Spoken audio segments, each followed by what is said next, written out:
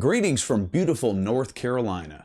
I'm currently on vacation, and being out here around all the nice, peaceful, relaxing scenery, it's really made me think about a simpler time, back when the Wii was the #1 gaming console on the market. The Wii, laughed at by some, loved by others. I remember the day I decided to take a break from my Xbox and see just what this weird little console had to offer. At the time, many would tell you that the Wii was a console for babies and grandparents. However, this couldn't be further from the truth, as I was able to find several badass games that were not only unique and awesome, some were even console exclusives. So let's talk about the top 10 Wii games not made by Nintendo. You could buy a Wii today, and any of these games would validate that purchase.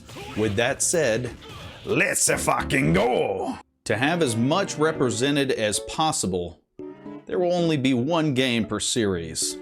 The lone honorable mention is none other than the House of the Dead Overkill, a non-canon spin-off of Sega's classic House of the Dead series of rail shooters. House of the Dead Overkill is a unique entry in the series in that it is designed in the style of a 70s exploitation movie. And with the double feature Grindhouse released just 2 years prior, the timing makes sense that somebody saw it and wanted to give that flavor and unique visual style to the House of the Dead. And hot damn, did it ever pay off with some of the funniest dialogue in a video game. Just play your fucking music.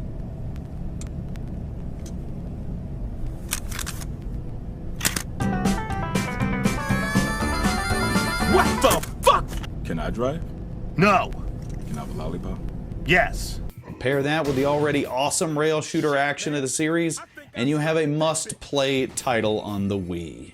Number 10. Red Steel 2. While the first Red Steel on the Wii definitely had its share of issues, it was one of the games that really took advantage of the Wii motion controls and was more or less perceived as one of the console's games for hardcore gamers, at least more so than Wii Sports or Carnival games. But just like the Assassin's Creed series, it's the second installment that took the core concept of the series and refined it into something really special and most of all, fun. With the added experience of being one of the first games on the console to use the Wii Motion Plus, Red Steel 2 was a perfect match for the new peripheral to showcase how cool the Wii could be. The ability to have one-to-one tracking with your Wiimote while fighting with a sword is super badass. Oh yeah, and the gunplay, some of the best on the console. Also, the graphics are freaking awesome. Number 9. The Conduit 2. One reason that the Wii was disrespected was the fact that many whose gaming experience starts and ends with Call of Duty were very dissatisfied with the ports of that particular series to the Wii. But those of us who were a little less basic knew that the best FPS series on the Wii was a story about aliens invading Washington, D.C., with the player taking the role of an agent in a secret government organization tasked with defending America from those alien bastards. While not as high quality as the best shooters on the other two major consoles, this was the best shooter on the Wii. That is, until the Conduit 2 was released and made several improvements on the first installment. With great graphics for the Wii, more gameplay options, and a ridiculous ending with none other than George Washington and Abraham Lincoln wearing futuristic battle armor emerging from a space portal. Yes. Number 8. Okami. So you say that your itch to play Zelda cannot be quenched? But you just finished Twilight Princess. Not to worry, because the PlayStation 2 classic Okami was ported over to the Wii with all of its gorgeous stylized graphics inspired by classical Japanese art. Controlling the goddess Amaterasu and using the mystical paintbrush to cast magical abilities is a unique and fun experience that adds up to an easy recommendation and one of the best games on the system. Number 7. Rayman Origins. The Wii had plenty of side-scrolling games, and many of them were produced by Nintendo themselves. But arguably, the best platformer on the console starred Ubisoft's limbless Dynamo Rayman. with freaking amazing graphics and a difficulty level that actually requires some skill. I'm looking at you, New Super Mario Bros. Wii. This is the must-buy platformer on the system. Number 6. Mad World. Another M-rated game on the Wii? Why yes, and what a coincidence. It kicks total ass. While people were talking shit about my beloved Wii, I couldn't hear them over the sound of bodies being chopped up in airplane turbines and also being cut in two by bladed dumpster lids, creating a unique black and white game with a sweet cel-shaded art style.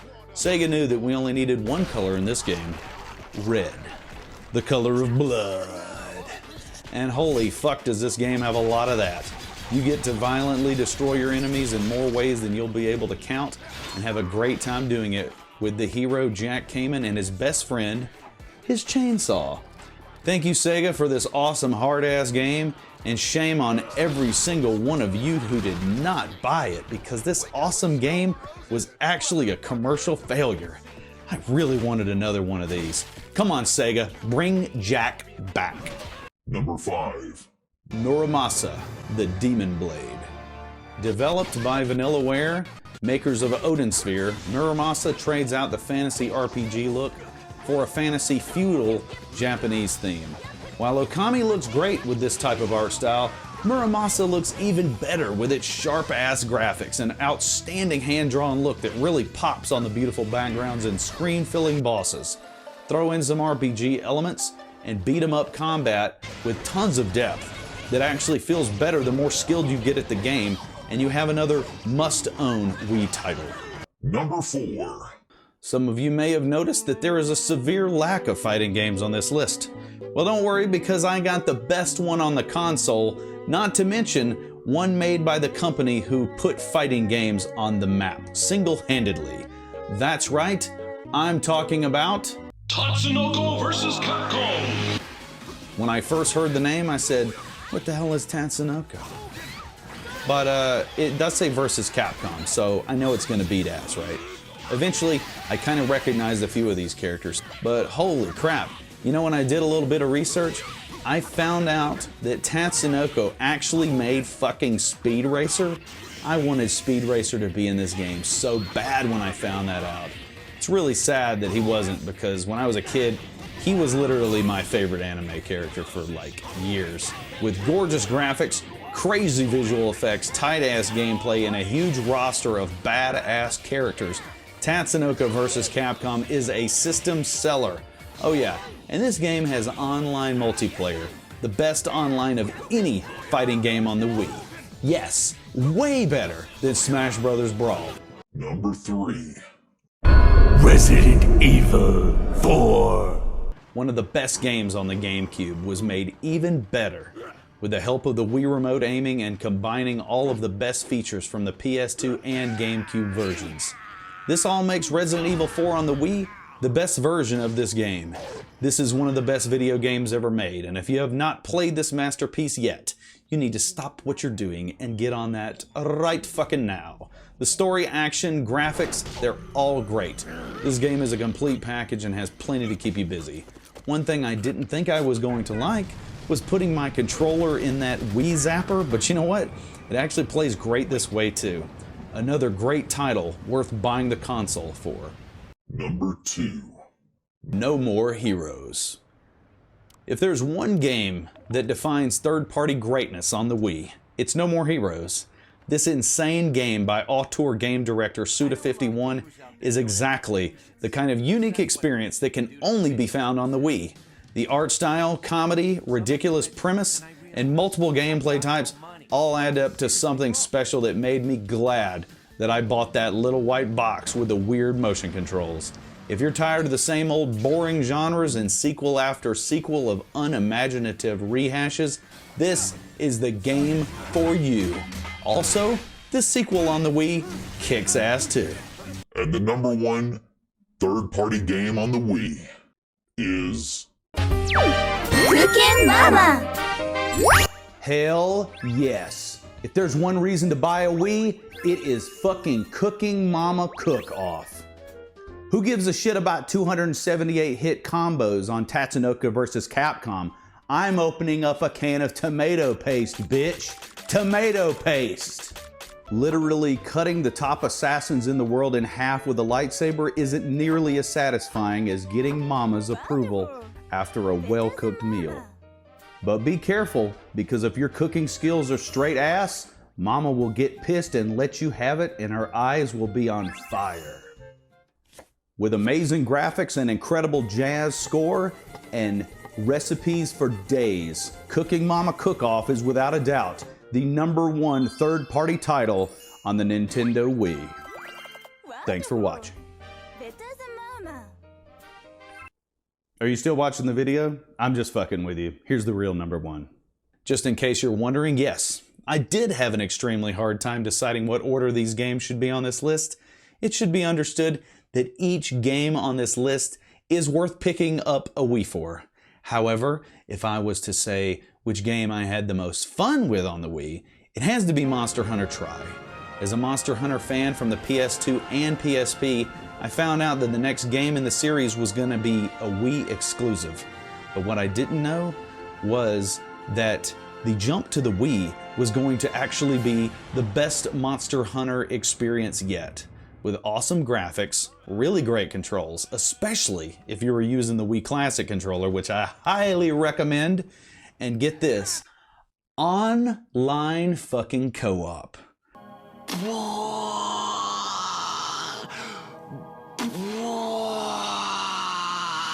There's so much stuff to do, and there is a huge online mode to explore and team up with other hunters. You can play this game for, at the very least, hundreds of hours. If there's one Wii game I would happily go back in time to play at release, it is Monster Hunter Tri.